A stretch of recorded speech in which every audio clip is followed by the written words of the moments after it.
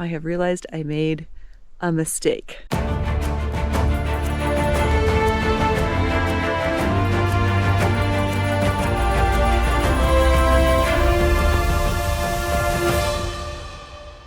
Good morning, folks, from Death Valley National Park, right next to the Eureka Sand Dunes.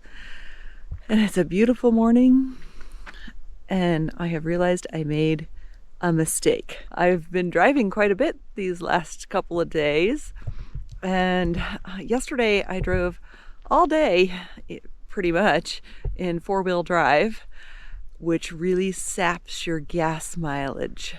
When I got to camp last night, I realized my gas gauge was getting a little low. And so I said, okay, let's look up where the gas stations are, because there were obviously no gas stations between where I came from and where I am now. And the closest one is 50 miles away, which is gonna be hopefully within the range of the gas I have left, but it's gonna be close. So my plan this morning is to do the most efficient driving I can do and get to a gas station. And this is going to mean a 50-mile detour each way. And that's just how it is. And hopefully I really do have enough gas. So here's the situation on a map. We are in Death Valley National Park. We fueled up in Lone Pine, and there are no gas stations this entire way to here where we are right now at the Eureka Dunes. The nearest gas station is continuing out the Eureka Dunes and heading back east to Big Pine, which is over here.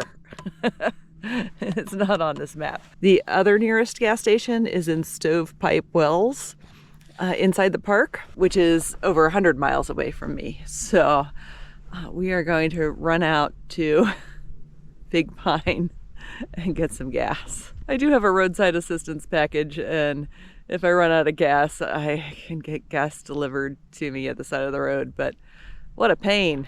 So even if I were going to run out of gas, my plan would be to get as close to a town as I can, so that if I had to call roadside assistance, they could get to me quicker. But look at the morning sun on the sand dunes. That is just breathtaking. Good boy. So my big mistake was keeping the Jeep in four-wheel drive all day yesterday, because that just tanks your gas mileage. And I know that, and I just didn't even think about it. And I only had the four-wheel drive on most of the time just to make it a more comfortable ride for Tuck, so I could release the sway bars, which makes the ride more comfortable on bumpy roads. So yeah, oops. And if you're new to the channel, I'm Katie, that's Tuck, and we're on a pretty massive road trip where sometimes I mess up.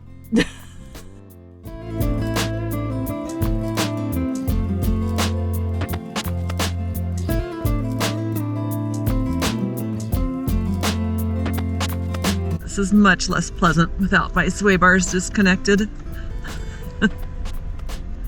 We've got 6 miles to go to get out of this valley and back onto pavement.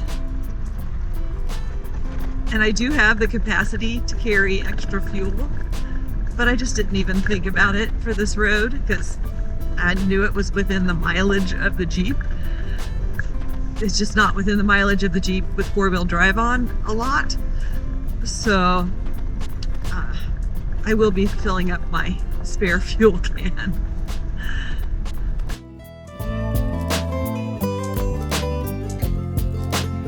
We have hit pavement. Tuck will be happy. I thought we were gonna get a bit more pavement than we're gonna get. I got like 50 feet of pavement, and we're on a well-graded but bumpy gravel road now.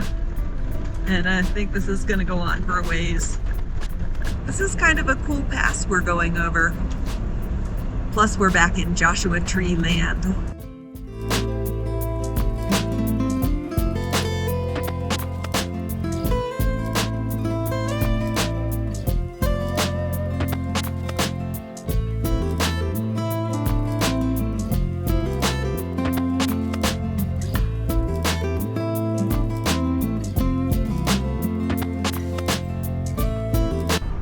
We've been driving through this Joshua Tree forest for a while now, and this is the healthiest, most densely populated Joshua Tree forest that I've seen so far.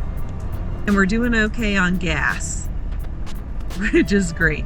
We're gonna make it to the gas station, no problem.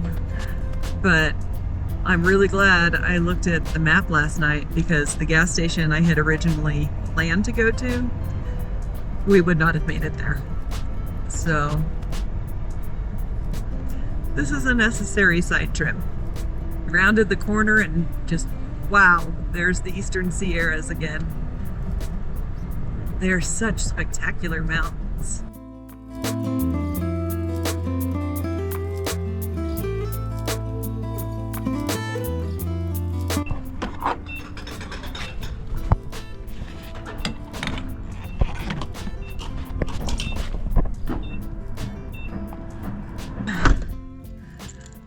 Well guys, we got gas. We are not in Big Pine. We are actually in Bishop. We made it to Bishop.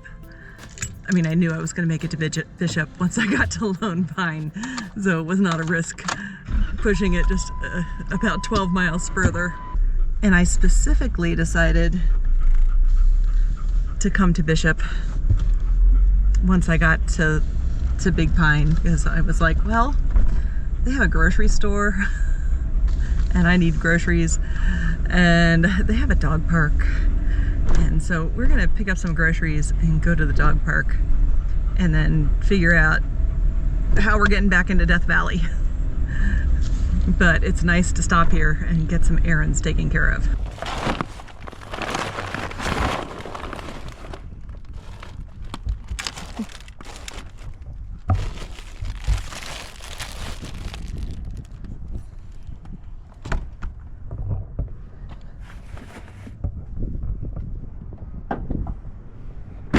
Gas, groceries, we're on the way to the dog park now, and I feel like there's something else I should be doing or getting in town, and I don't know what that is.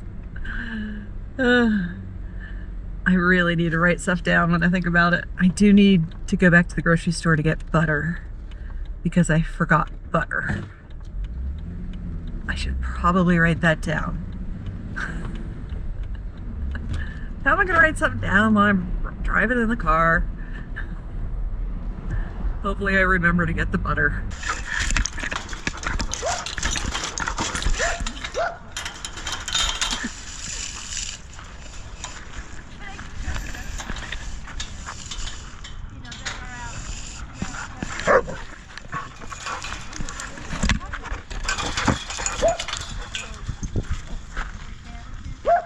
Kind of a bust at the dog park today. There was only one dog that stayed for just a little bit that played with him, so he ain't gonna be wore out. I've been looking at the map, and we're over here off the map, and I think what I'm gonna do is drive back down into the park the way we came in and head down to this Mesquite Spring area. And there is some camping there, and apparently there's some camping near Grapevine area, but it's not marked on the map. We'll see what's up when we get there and see where we want to stay for the night. So this is interesting. This is the route that Google Maps has chosen for me to get to the campground, and it's like the route I took this morning doesn't exist at all. Like, that's not even an option. It will plot a path to the Eureka Dunes, but it's not even giving me any kind of alternate route to the campground. Google Maps is having some issues. Some very annoying issues, by the way. All right, are you ready to go back to from whence we came? That's what we're doing. Basically going back where we just were after a little trip into town. I now have extra gas with me too. Head towards Spruce Street. Google Maps is going to be dinging at me a little bit because I'm not following her directions. Because she ain't sending me the best way, for sure.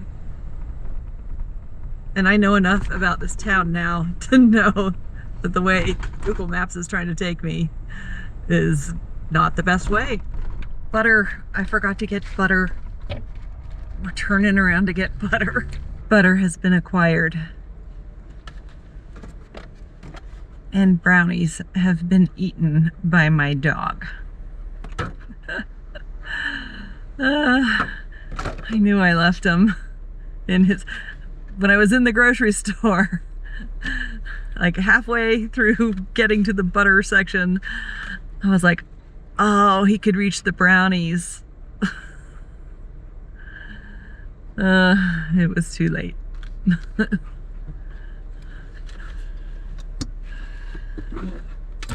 He's pleased with himself. I was really looking forward to having some brownies. And I suppose I could run back into the store and get some more, but I'm not up for that.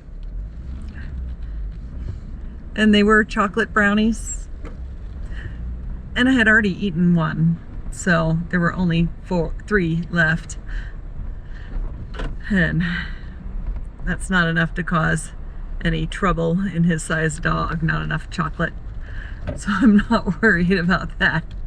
Just sad about my brownies.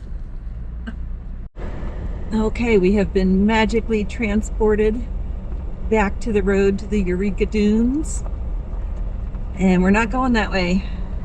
We are going straight ahead up over these mountains.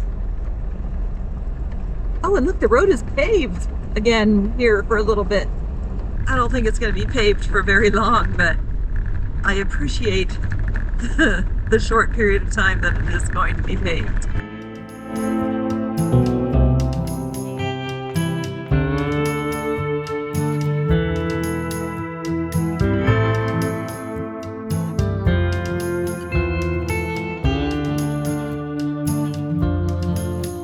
We're turning off the main road to check some stuff out. Old stuff. Looks like an old mine or old quarry or something. It's not really marked on the map.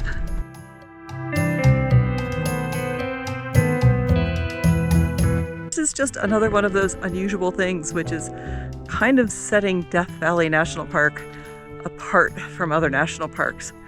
It is not developed. And there are no signs around here saying what this is. And I looked on Google Maps and it wasn't that helpful. There is a sulfur mine about 17 miles down a rocky road that we are not going down. And maybe this stuff is remnants of a portion of that. But I don't know. There's no signs. There's also no signs saying stay away, don't drive here. And these are just kind of random unmarked gravel or dirt roads, 4x4 roads, just leading off in various directions in the park. And yeah, that's unusual. What is that? I don't know. Something to do with mining. And I can tell because they actually did block off this mine itself. So obviously this was a mine site, but what did they mine here? And when did they mine here? I don't know. Just some metal scraps. And this is a building foundation. That's what looks like a building foundation. Obviously there's a mine right there. And maybe this is homes where miners lived, because there's like this old box spring, for example. And these are definitely the remains of some sort of houses or buildings. I guess I don't know if they're houses. Somebody could have lived here. I'm not going to drive back to it because the tire tracks that I see driving back to it look like they sunk a bit. But there's some sort of quarry just right there, 300 yards or so. So we've got a mine, we've got a quarry, and 17 miles down the road, we've got another sulfur mine. Even more unusual, as we drive past it, that's a fire pit right there, which means people have camped here, and which means the Park Service really doesn't care, or else they would have put up signs or destroyed the fire pit or something. So the rules are a little more lax in Death Valley, at least this in the northern portion. I just saw what looked like a pit, so I wanted to come check it out. I wonder if that's an old well. I bet that's what that is, an old water well. It's getting late, guys. I need to get to my campsite. But there's more mattress springs over there and barrels and stuff. Just random crap. This is just down the road, and that's gotta be an old mine or an old quarry or something. I don't really know, but I can see that the tire tracks of people who drove out there are kind of deeper than I would be comfortable with. Here's kind of a better view of it, and I could walk out there, but it's getting late, guys. We need to get to camp. There's just so much, well, what to me is surprise random crap back here. I really don't know the history of Death Valley, and that's an oversight that I need to correct. I know a few things, like I knew about the warm springs, and I know that Charles Manson spent some time in Death Valley, and there's a ranch back here where he hung out. He also hung out at the warm springs too. But I don't really know the mining history or the native history in this area. So I have some reading to do tonight. On Google Maps right here, there's no road. I'm obviously on a road, but Google Maps is like, there's no road here. So there's some big problems with Google Maps. And I mean, this is not a main road, obviously, but it was sending me down little four-wheel drive roads in Nevada, and here a well-graded dirt road, gravel road in a national park, it doesn't even have it on the map. I don't know. So I looked at the paper maps and cross-referenced the paper maps with Gaia GPS, and we're on the correct road and in the right spot. But it's really strange that Google Maps doesn't have this road at all on its maps. This is really nice, beautiful views down into the next valley. I don't know what this valley is called, but it is pretty beautiful. I mean, I know it's dry and deserts and kind of barren, but to me it's still very beautiful.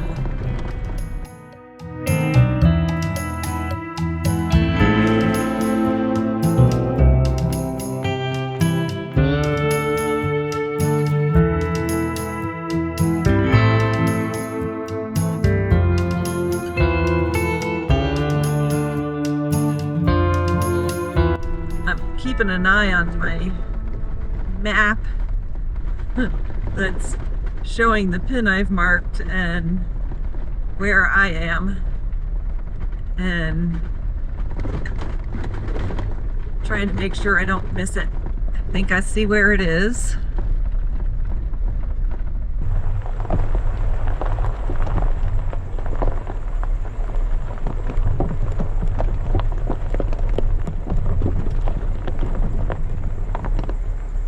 This will do. Look at the road just going on and on and on for a long ways. And I'm wondering if what we're seeing right out there is what's called the Ubehe crater. Ubehe? I don't know if that's how you pronounce it.